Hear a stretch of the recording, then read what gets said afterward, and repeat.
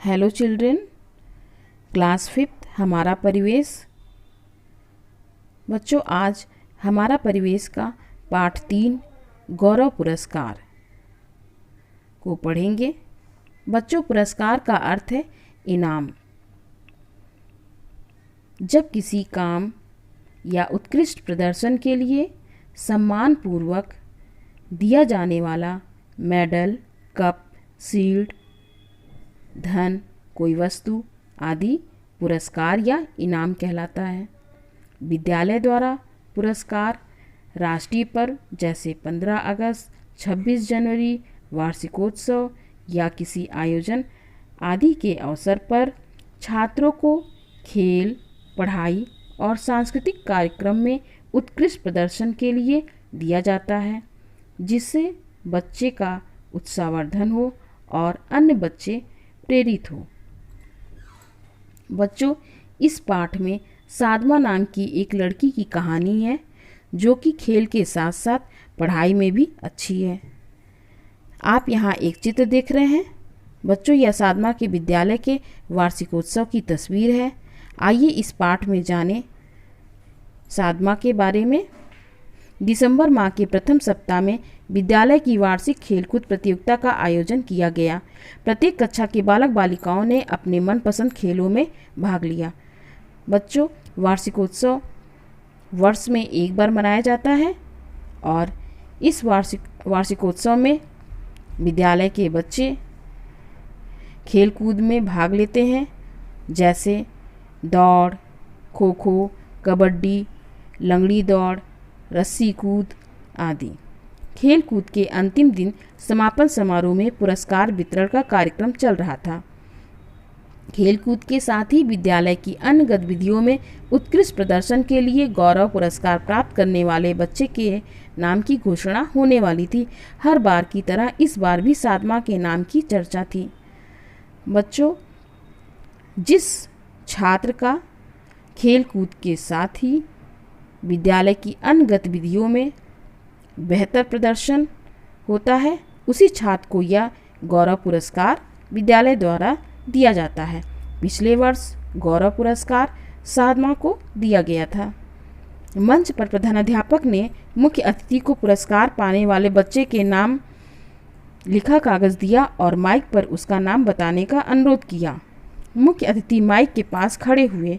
बच्चों में सुगबुगाहट होने लगी कि किसका नाम बुलाया जाएगा। तभी माइक पर मुख्य अतिथि ने मधु के नाम की घोषणा की। तालियों की गड़गड़ाहट के बीच मधु ने मुख्य अतिथि से पुरस्कार ग्रहण किया। साधमा को अपने नाम की घोषणा का इंतजार था, किंतु मधु के नाम की घोषणा के बाद उसका मन उदास हो गया। मधु के साथियों ने खुशी से मधु को चारों तरफ से बधाई देने के लिए घेर लिया। साधमा उन्हें दूर से देखकर दुखी हो रही थी।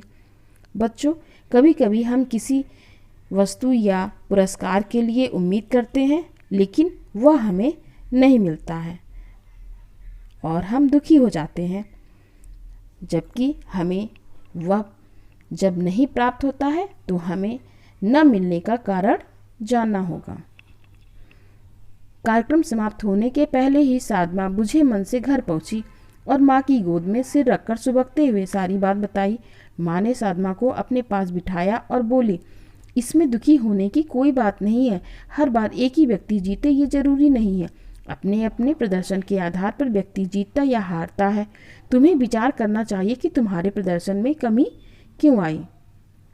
बच्चों, यह बात सच है कि यह जरूरी नहीं है कि जो इस बार जीता है वही अगली बार भी जीतेगा।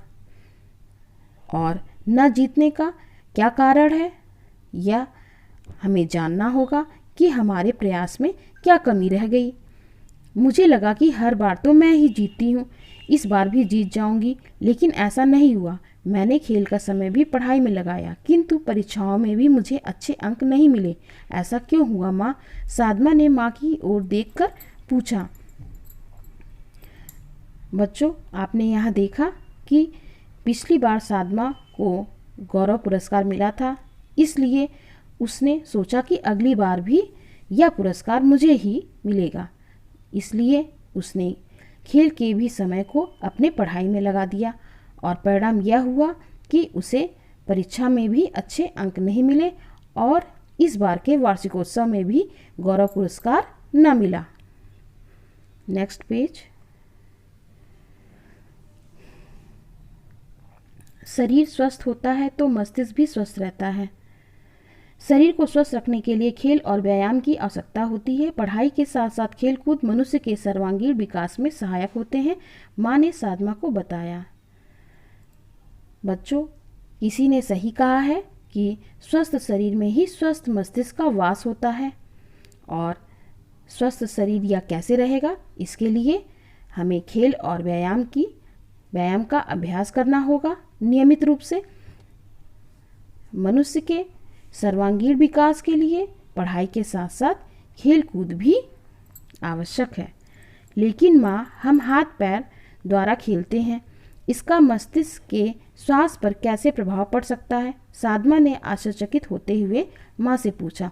साधमा की बात सुनकर माँ मुस्कुराकर बोली, जब तुम क्रिकेट खेलती हो तब तुमने देखा होगा कि गेंद को पकड़ने के लिए हाथ को बढ़ाते समय यह भी सोचना पड़ता है कि गेंद को आगे बढ़कर पकड़ पाएंगे या पीछे हटकर, या अन्य किस तरीके से गेंद को पकड़ पाएंगे। यह संकेत हमें मस्तिष्क से ही मिलता है और उसी के अनुसार हम गेंद पकड़ पाते हैं। किसी कार्य को करने के लिए शारीरिक एवं मानसिक रूप से विकसित होना आवश्यक है। पढ़ने, लिखने, खेलने आदि सभी कार्यों में हमारा मस्तिष्क और शरीर दोनों एक साथ कार्य करते हैं।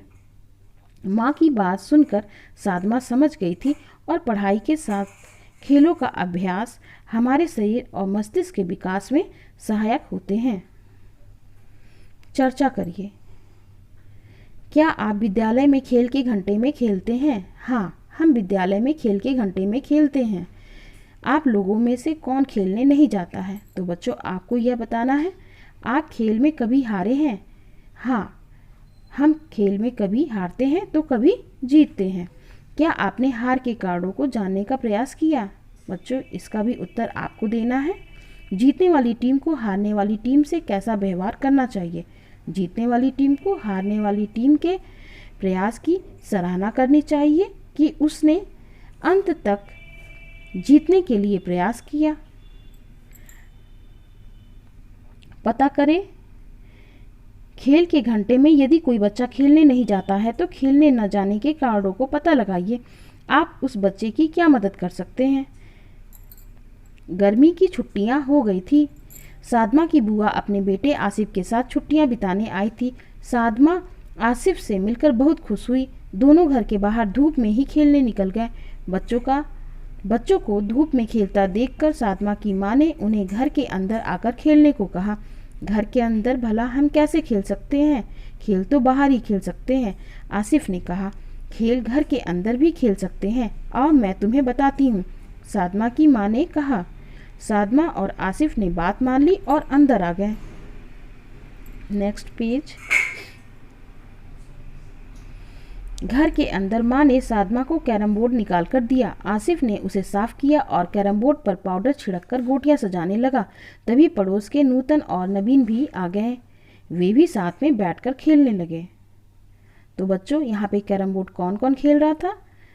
आसिफ, साधमा, नूतन और नवीन। खेलते हुए अचानक आसिफ ने कैरम बोर्ड को पलट दिया, जिससे बची गोटियां गिर गईं।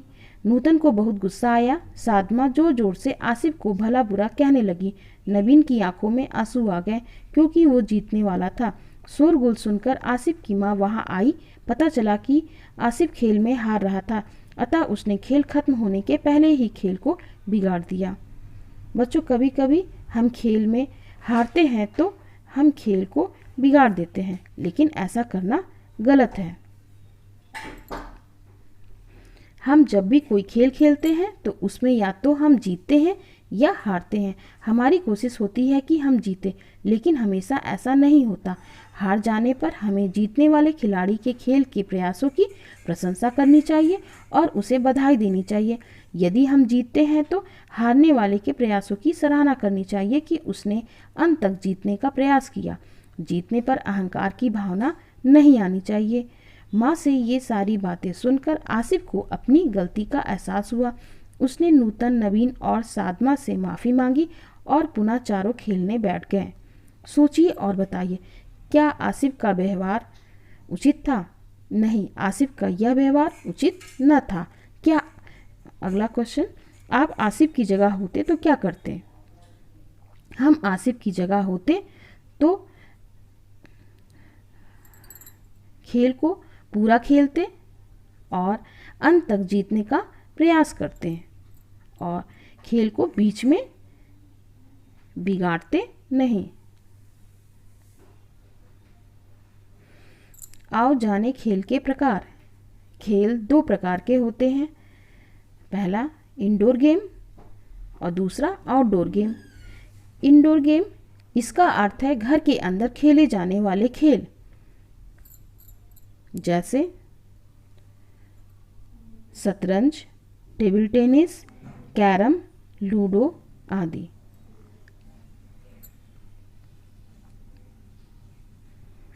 आउटडोर गेम, इसका अर्थ है खेल के मैदान में खेले जाने वाले खेल, जैसे हॉकी, क्रिकेट, फुटबॉल आदि।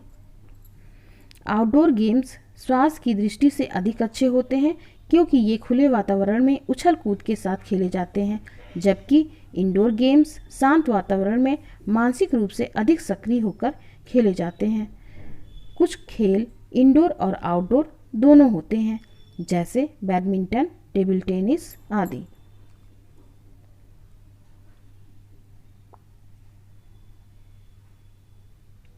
चर्चा करिए, आप अपने घर के अंदर कौन कौन से खेल खेलते हैं? बच्चों, आपको बताना है कि आप घर के अंदर कौन कौन से खेल खेलते हैं, जैसे लूडो, कैरम बोर्ड, शतरंज, सांप सीढ़ी आदि।